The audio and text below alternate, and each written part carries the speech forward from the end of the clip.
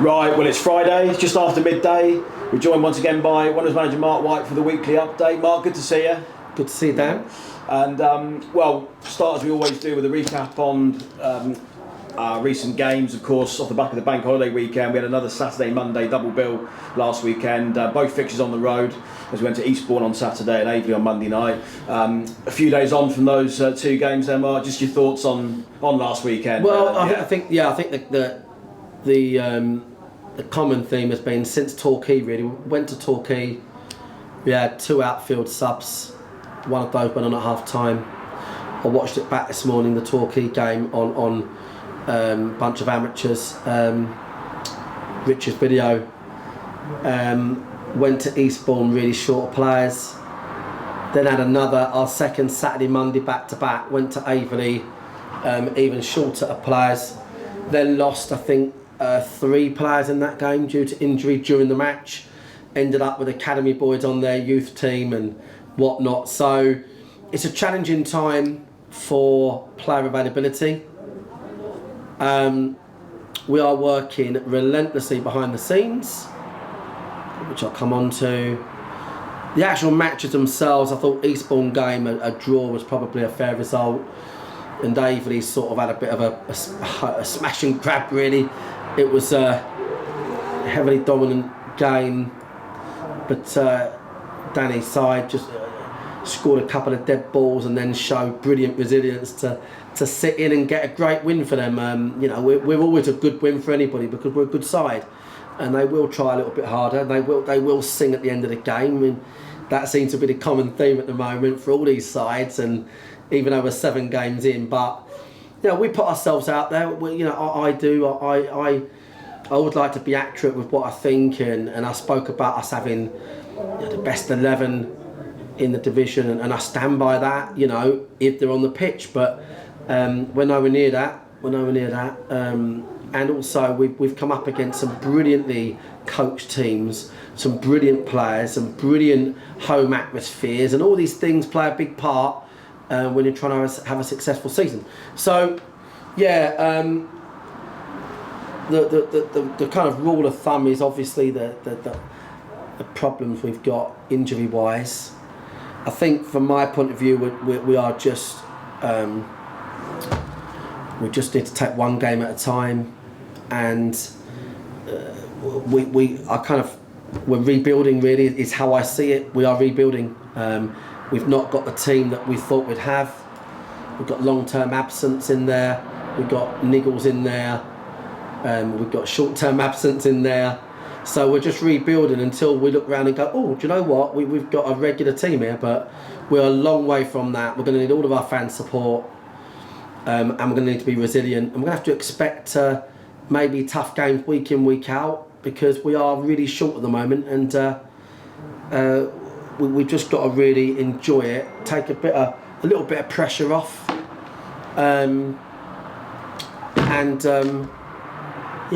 but yet still work really hard to get back to where we want to be.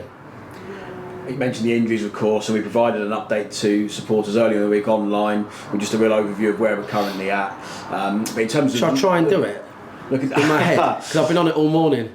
Well, I was going to say, looking ahead to Saturday, Marc, in terms of, I guess the more immediate ones ahead of Saturday, worth just acknowledging those for supporters. Well, the ones that are absolutely out, as we know, are McShane, Kuehl, Moore, Camp. Reece Murphy will be out. Jordan Williams will be out. I know George Frankham and Jason Pryor, we mentioned the update possibility for Saturday. Jason will be 50-50. George will return. Baz will be out, who's nicked his his groin at training yesterday.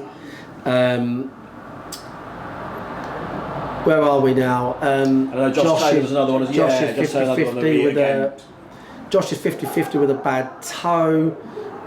Bowerman will be back, which is great.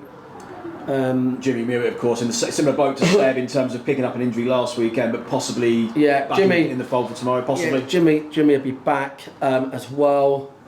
So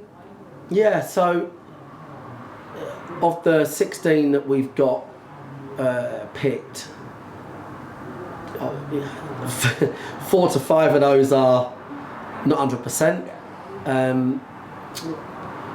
But we spent a long time this morning trying to work out the best dynamic, what the best bench is going to be. I'm delighted to call up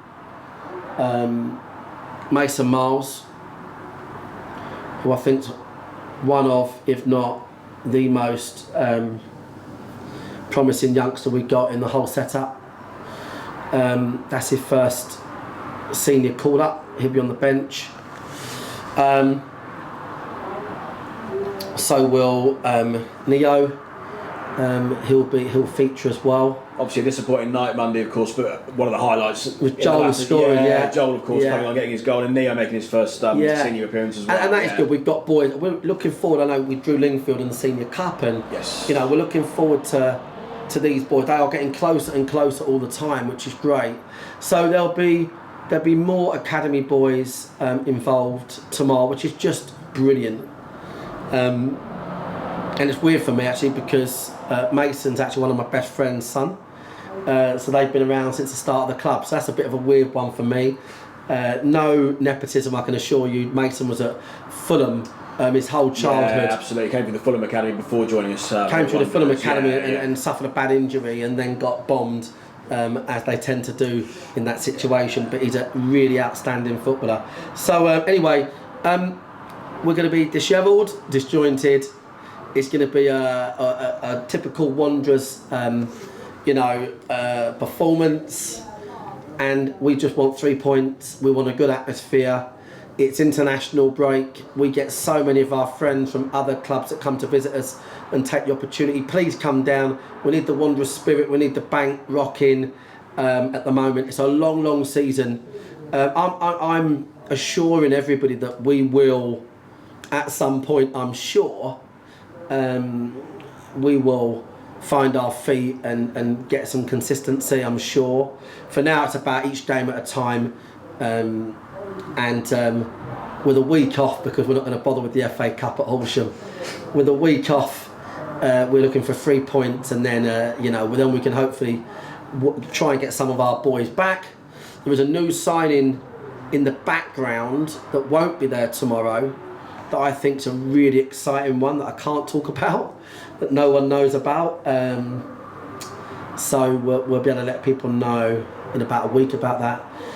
But we have got a top lad called Josh Brooking that will be involved tomorrow. That'll be put on our socials. He is the ex-Chelsea 23s captain. He trained and was around the first team squad for a good 18 months. His contract ran out at Chelsea, as with many youngsters, they didn't renew it. He's 22. He's a defender. And he's not rushed his options in terms of his next step. And he is going to be part of tomorrow in some way. So we'll all welcome Josh and give him a big clap for helping us out at very short notice. He came in on Thursday. So do you know what? It is honestly a total fucking mess. But we're trying to make it as a controlled mess as we can. And we're working at it relentless. Myself, the physio team, the management team, John Bynes, Chris, all of us. So just get them at a bank. There's a special offer for the international break. Season tickets, tenner. Fantastic, yeah. As you said, always that bit more of an interest and a buzz from other clubs when we have those international breaks. Kids are back at school. Yeah.